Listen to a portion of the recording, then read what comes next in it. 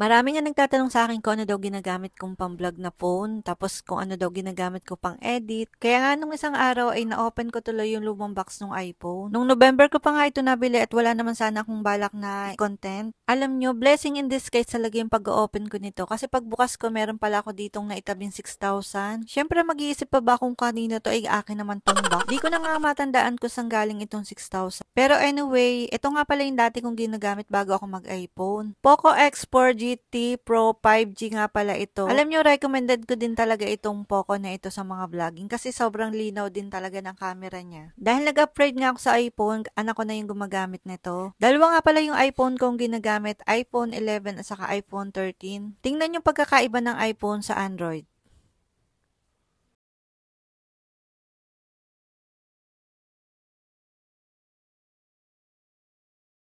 Mas buhay na buhay lang ng konti talaga yung kulay nung sa iPhone. Alam nyo kung gusto nyo talaga mag-vlog, mag-investing kayo sa quality ng phone na gagamitin nyo kasi mas maganda talaga malinaw. Tapos ang ginagamit ko nga pag-edit ay CapCut. Ito nga pala yung iPhone 13 at alam nyo kung ano nagustuhan ko dito, yung cinematic video niya. Tapos mas maliit siya kaysa sa iPhone 11. Hindi basta-basta siya nahuhulog kasi madali lang siyang hawakan kasi maliit nga. Second hand nga ito at wala naman akong pambili ng brand new. 32,000 nga pala ang bili ko dito, 128 gig. Sa online ko lang din siya binili. Pero kung may bala kang mag-vlog, I will not recommend 128 gig. Kasi ang bilis nga lang mapuno ng 128 gig. Better na kumuha ka na ng 256 gig pataas. Yung cinematic video nga ay yung pwede ka mag-focus lang ng ilang bagay na gusto mo lang na i-focus. Tapos naka-blur na automatic yung mga nasa gilid lang. Pero kung hindi pa naman afford ang iPhone, better na mag-stick kayo kung ano yung gamit nyo. Kasi malilinaw din naman talaga yung mga Android ngayon na lumalabas. Sabi nga nila habang maiksi pa ang kumot, magtiis mo ng mamaluktot. At kapag kumikita ka na, then go!